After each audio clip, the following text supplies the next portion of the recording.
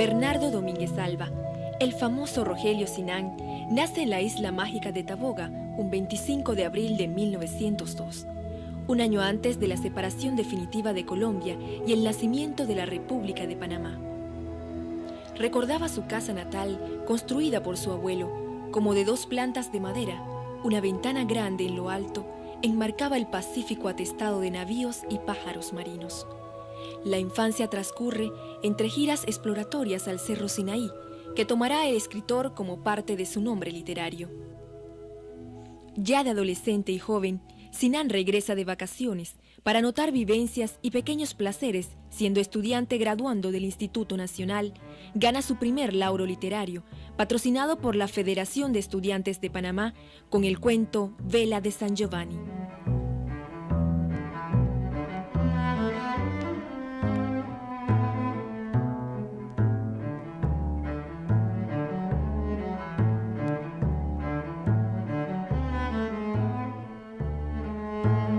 Panamá transita por su segunda década de república y sufre los embates de la crisis cíclica del sistema. El manto de la posguerra mundial también nos envolvía con todas sus desesperanzas. En su afán de continuar estudios, el joven Bernardo Domínguez Alba viaja a Santiago de Chile. Allí conoce a Neruda y a Gabriela Mistral, quienes le recomiendan que viaje a Roma, donde podrá profundizar sus conocimientos literarios.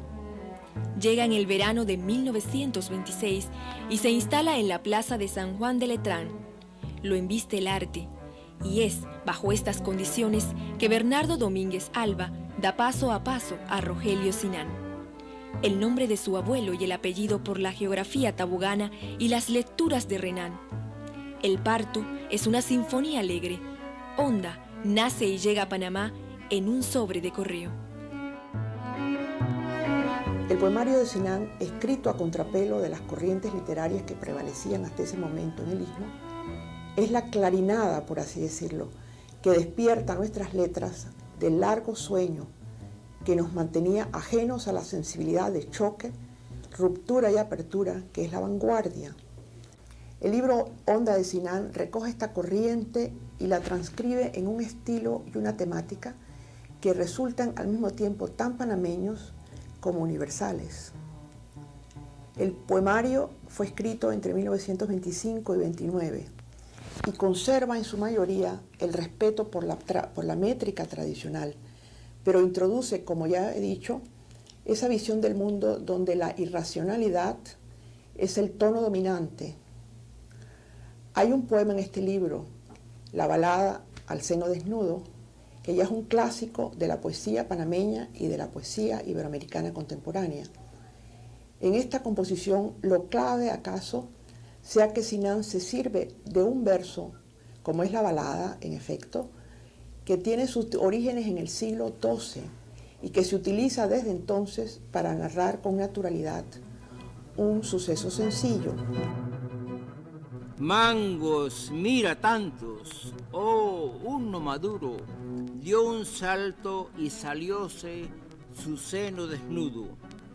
Yo salté del árbol, upa, tan que rudo, por mirar de cerca su seno desnudo. Me miró asustada, cubrió lo que pudo y huyó, que robaba su seno desnudo. Lejana, lejana, me envió su saludo, yo seguía mirando su seno desnudo. Perfume silvestre de mangos maduros, ¿por qué me recuerdas su seno desnudo?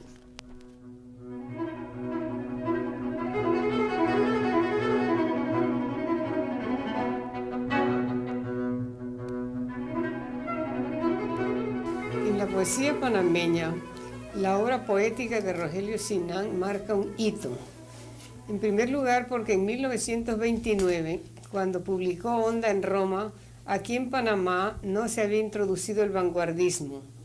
Entonces, ese libro fue el comienzo del vanguardismo, si bien hubo algunas pequeñas manifestaciones aisladas, pero no de una manera sistemática, firme y con una estética tan claramente definida como la de Rogelio Sinan. Ese mismo año se publicó también, en 1929, el libro de Ricardo Miró, Caminos Silenciosos. Entonces ya eran dos estéticas encontradas. Sin embargo, la actitud personal de Sinan fue siempre tan bondadosa, tan noble, que jamás se puso en contra de la generación anterior. Es decir, no cometió el parricidio que suelen cometer las generaciones jóvenes. De regreso al país, en 1931, Sinan es nombrado en el Instituto Nacional por don Manuel Roy. Allí, el joven profesor explica a sus alumnos las nuevas inclinaciones literarias. Para finales de ese año, se marcha nuevamente a Europa, a París, donde por recomendaciones de Alejo Carpentier escribe A la orilla de las estatuas maduras, que publica en una revista literaria de la época.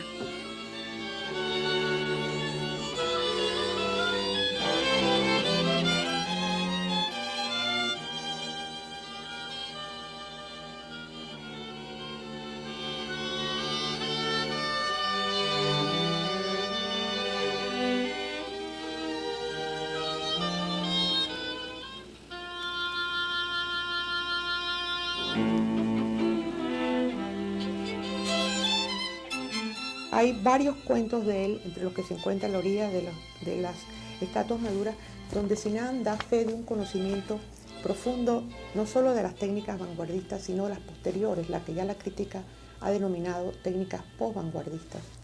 ¿Por qué son posvanguardistas? Son posvanguardistas porque ya el estilo, la forma no es lo importante, sino más bien el tema, o sea, la forma, el fondo. Y aquí en la estatua a la orilla de las estatuas maduras, escrita en París, por cierto, en 1932, si no me equivoco, Sinan da fe de esto, o sea, él ya entra a utilizar el tema del hombre, el drama eterno del hombre, pero al mismo tiempo es interesante también cómo él adapta ciertos recursos estilísticos propios de la cinematografía.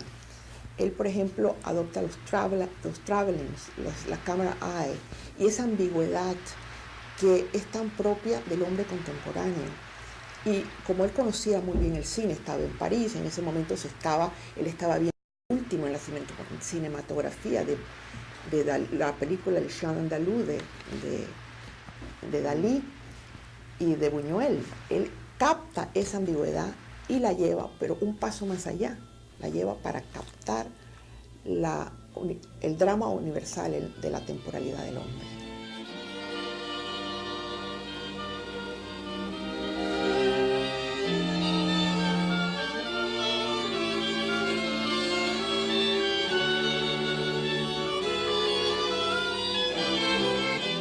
Rogelio Sinan salta a partir de ese momento a primer plano y se convierte en la brújula directriz de una nueva literatura panameña. Después de su periplo por París, Sinan regresa al Istmo. El presidente Juan Demóstenes Arosemena lo nombra primer cónsul de Panamá en Calcuta, India. Allí conoce a Tagore y la gran literatura hindú. El viaje en vapor y después en tren por el África lo remontan a una milenaria cultura. Luis Alberto Sánchez, el gran escritor peruano, asilado en Panamá, lo llama el mago Sinan. Pero sobre todo, la calidad estética de la poesía de Sinan, como ocurre en la historia literaria con los movimientos que se abren paso. Si no hay un poeta de talento, como pasó a comienzos del siglo XVI en España con Garcilaso, un poeta de tanto talento, entonces el movimiento puede ser que no cobre tanta fuerza.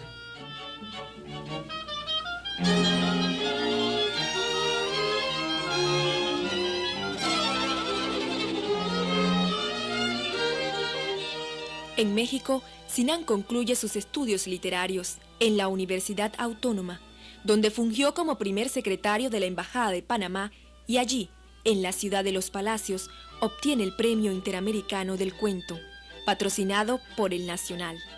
En 1953, con su relato La Boina Roja, que hoy figura en la antología del cuento hispanoamericano, seleccionada por Seymour Mentor para el Fondo de la Cultura Económica.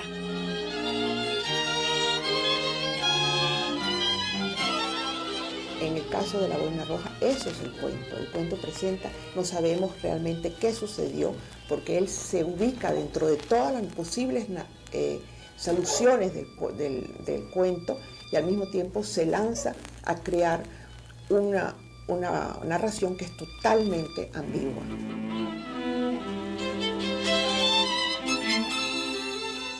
La vitalidad narrativa de Rogelio se pone de manifiesto cuando al fragor de la Segunda Guerra Mundial, viviendo en Avenida Ancón, en medio de un blackout, oscurecimiento preventivo en caso de bombardeo sobre el canal, se desata un incendio de grandes proporciones sobre una casa de inquilinato frente al nido de águilas. Sinan observa el fuego y sus víctimas, una familia muerta trágicamente por las llamas. Así nace su gran poemario Incendio. Una poesía ya cultista, en endecasílabos, con cierta influencia exterior de la Divina Comedia, pero interiormente muy original, y también una especie de denuncia, aunque no expuesta como en un manifiesto, sino poéticamente, artísticamente. De esta época, en ese mismo escenario de un pequeño estudio, una mesa y una máquina de escribir eran sus herramientas básicas. Aparece la primera gran novela, Plenilunio, o La luna de Viernes Santo, recreada en el Panamá espectador y protagonista de la Segunda Guerra Mundial.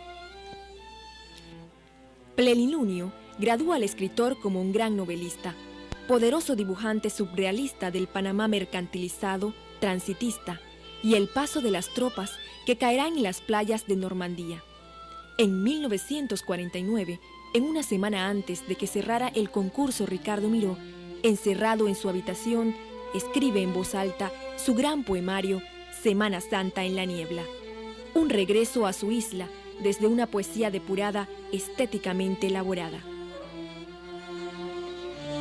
Después vendrá su última gran producción lírica, Saloma sin Salomar, obra llena de un humanismo y solidaridad, develando fronteras y acariciando sueños de mejores días.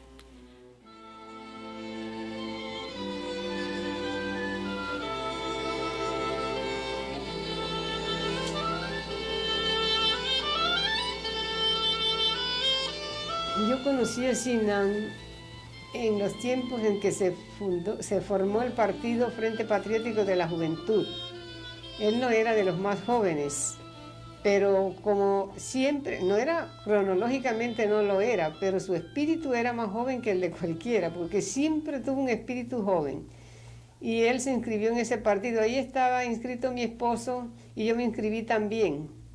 Entonces lo conocí a él, a veces hacía reuniones en su casa o en la casa, reuniones literarias, como tertulias, en la casa de algún otro compañero dedicado a las letras, y Sinan era esperado siempre porque llenaba de vida la conversación con su originalidad, con sus ocurrencias, con su gran cultura. Era una cultura que no se manifestaba como una erudición fría, sino como una sabiduría. Era muy vital.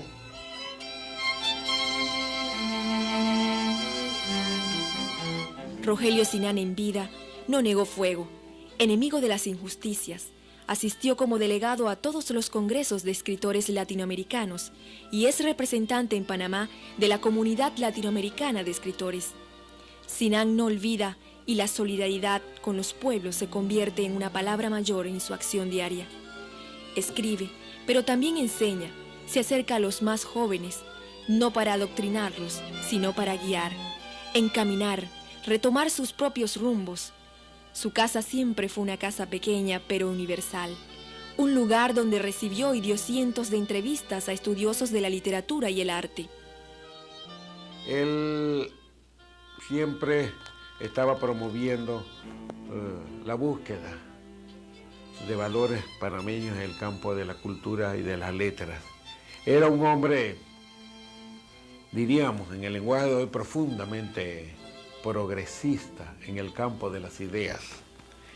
Él creía en la transformación de la humanidad, creía en que el mundo iba hacia una justicia social y económica. O sea, era hombre de ideas socialistas. Sinan siempre tuvo una especie de alma de niño. Es por eso que en gran parte su teatro lo dedica a la infancia. La Cucarachita Mandinga en 1937, Chiquilinga en 1961, Love or Go Home en 1974. En México publica un ensayo, Los valores humanos en la lírica de Maples Arce, y su libro de cuentos, Los pájaros del sueño, en 1957. Sinan, junto a otros intelectuales, es arquitecto de las temporadas de verano, realizadas en el Estadio Juan Demóstenes Arosemena, donde se hacen espectáculos teatrales, folclóricos y de ballet.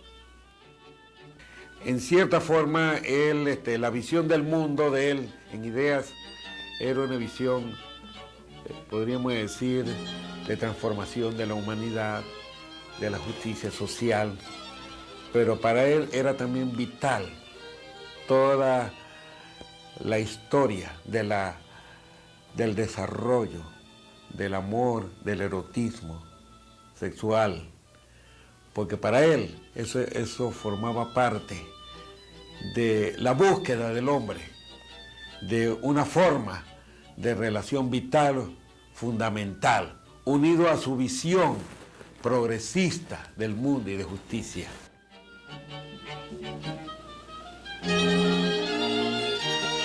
Su casa es punto obligado de paso de cientos de visitantes de todo el orbe. Sinan recibe el doctor honoris causa de la Universidad de Panamá y el Premio Universidad. La Casa de las Américas de Cuba edita un disco con sus poemas y narraciones, y una edición de su última gran novela, La Isla Mágica, con un tiraje de 10.000 ejemplares. Yo diría, en resumidas cuentas, que Rogelio Sinan fue un hombre indomeñable ante el ritmo variable e incesante del tiempo y del arte. Fue un artista que logró poner y mantener, a pesar de la hojarasca, una visión clara de lo que él anheló que fuera la literatura panameña de nuestro siglo XX. ¿Y se comprendió su mensaje? Yo creo que sí. Yo creo que todos estamos conscientes de que el mensaje de él está allí, está claro, y es un ejemplo que todos debemos seguir, porque él venció la hojarasca, venció todas las inmensas fronteras nacionales que a veces se levantan en nuestra literatura para crear una literatura que fuera panameña y universal al mismo tiempo.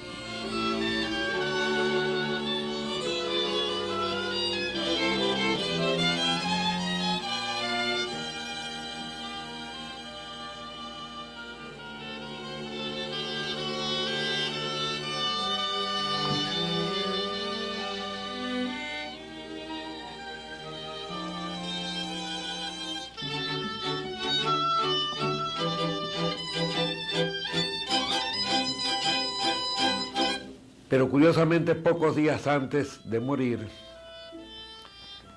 cuentan Perdomo, su nuero, y estando presente Ruth, que le iban a poner una inyección o algo así, o iban a ver si le ponían algo en la cual interviniese una aguja.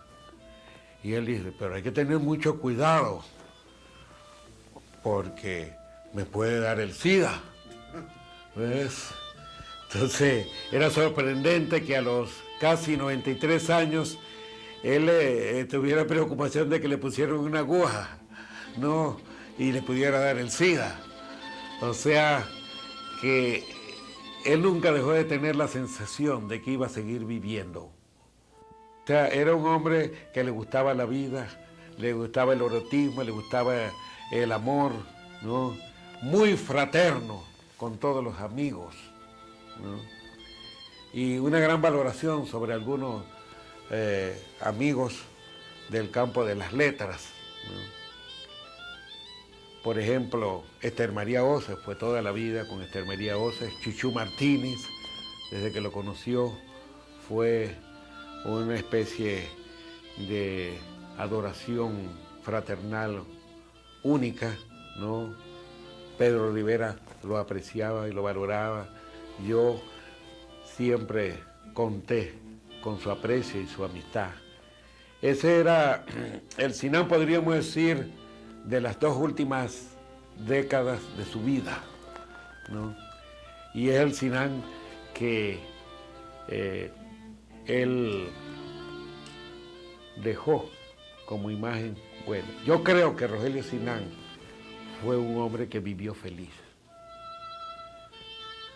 Creo que para él las angustias de su vida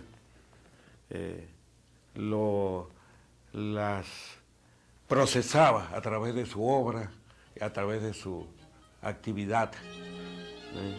Y en ese sentido fue un hombre bastante completo. Pero su máximo galardón fue el de maestro, maestro de las letras panameñas. Todos, absolutamente todos, nunca objetaron este título, que significaba cariño y admiración por alguien que partió con unas inmensas ganas de vivir, de seguir respirando el aire ensoñador del istmo bañado por dos mares que alguna vez añoró desde una lejana capital del planeta.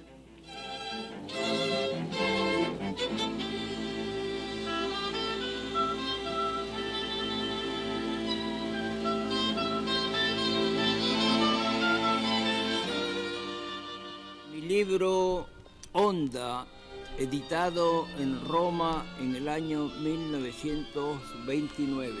Viaje. Las nubes escolares de escuela elemental han tomado sus libros de luz y se van. El caballo del viento las conduce sobre su lomo tierno. Ya se van, ea, ea, y adiós les van diciendo con sus pañuelos de humo las chimeneas.